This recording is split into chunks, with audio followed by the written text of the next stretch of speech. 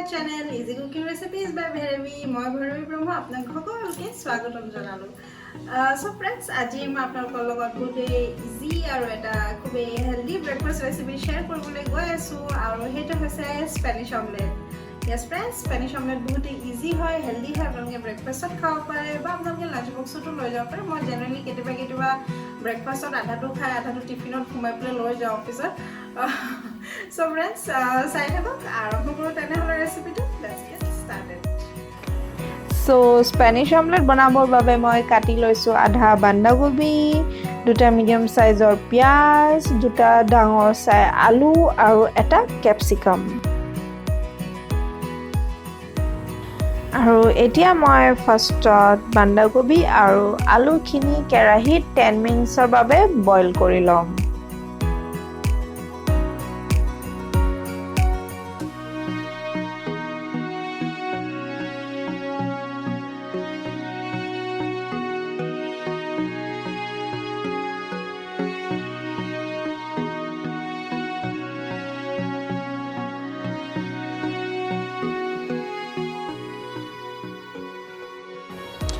10 minutes হৈ গৈছে আৰু আমাৰ আলু আৰু বন্ধাকবিখিনি বইল হৈ গৈছে আৰু এতিয়া মই এইখিনি সেপাৰেট কৰি উঠাই থৈ দিম। এতিয়া আমি নেক্সট স্টেপত আহো। নেক্সট স্টেপত মই আটাইখিনি ভেজিস কেটা ফ্ৰাই কৰি লম। তাৰ বাবে মই পেনত অকমান তেল দিছো। তেল দি মই ইয়াতে আমাৰ ভেজিসখিনি ফ্ৰাই কৰিম। সো ফাৰ্ষ্টত মই ইয়াতে মোৰ কাটি থৈ দিয়া পিয়াজখিনি এড কৰি দিম আৰু হেয়া মই ফাৰ্ষ্টত ফ্ৰাই কৰিম।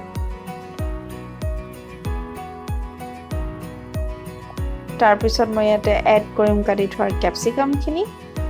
এইটো এতিয়া মই 1 মিনিটৰ বাবে ফ্ৰাই কৰিম। আৰু এতিয়া মই বন্ধাকবি আৰু আলুখিনি এড কৰি দিম। এড কৰি এয়া মই মিডিয়াম ফ্লেমত ফ্ৰাই কৰিম যেতিয়ালৈকে কমপ্লিটলি সিজি নাযায়।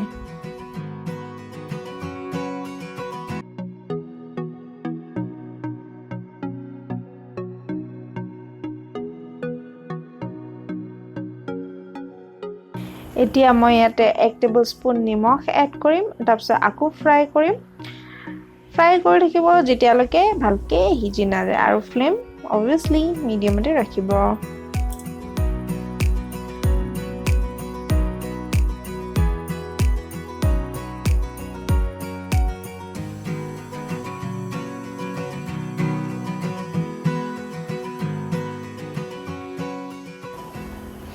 সো আমাৰ ভেজিসখিনি ৰেডি হৈ গৈছে। সো মই ফ্লেম এতিয়া বন্ধ কৰিম আৰু এইখিনি অকমান ঠাণ্ডা হ'বলৈ থৈ দিম।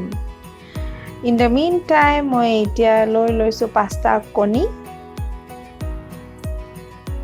আৰু কণীখিনি মই এটা বাউলত ভাঙি লম।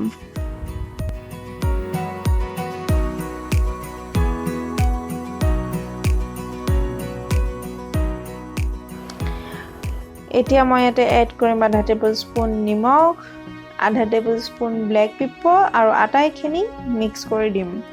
আপোনালোকে আপোনালোকৰ হিচাপ অনুযায়ী কণী কম বেছি কৰিব পাৰে, কোনো কথা নাই।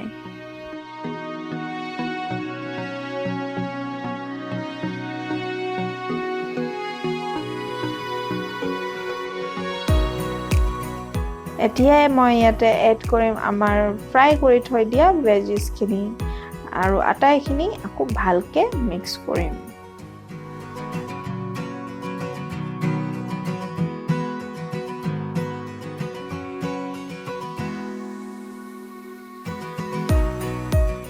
And so our mixture is ready to be fried.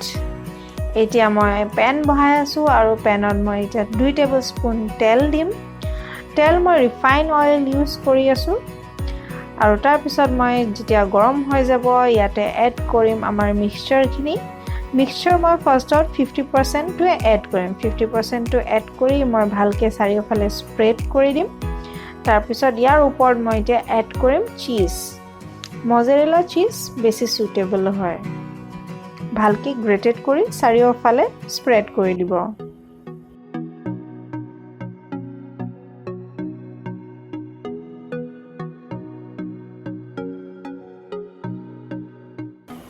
চিজ দিয়া হৈ যোৱাৰ পিছত মই এতিয়া এড কৰিম বাকি 50% অফ দ্য মিক্সচাৰ তাৰপিছত এইটো মই চাৰিওফালে ভালকৈ স্প্ৰেড কৰি দিম স্প্ৰেড কৰি ঢাকি 5 মিনিটছৰ বাবে মিডিয়াম ফ্লেমত ফ্ৰাই হ'বলৈ দিব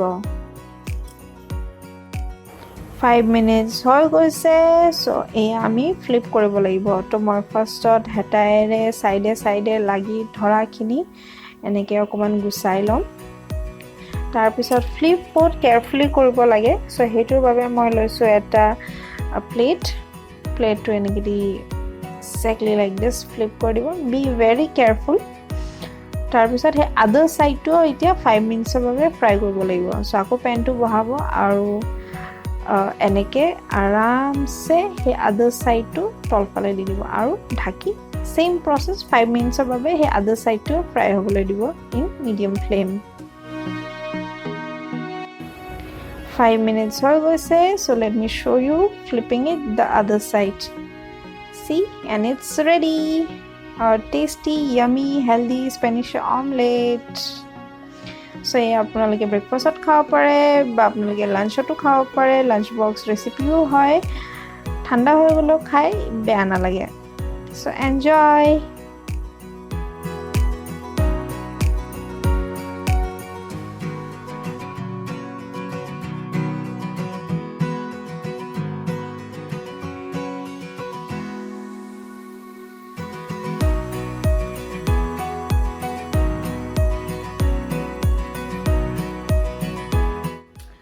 দেখিলে ফ্ৰেন্ডস কিমান ইজি আছিল স্পেনিশ অমলেটৰ ৰেচিপিটো আপোনালোকেও বনা ট্ৰাই কৰি চাওক আৰু মোক জনাব খাই কেনেকুৱা লাগিছে obviously ভালে লাগিব সো প্লিজ মোৰ এই ভিডিওটো লাইক কৰিব শেয়াৰ কৰিব আৰু কমেন্ট কৰিব নাপাহৰিব আৰু মোৰ চেনেলত যদি এতিয়ালৈকে আপোনালোকে সাবস্ক্ৰাইব কৰা নাই তেনেহলে প্লিজ সাবস্ক্ৰাইব কৰি দিব till then bye bye take care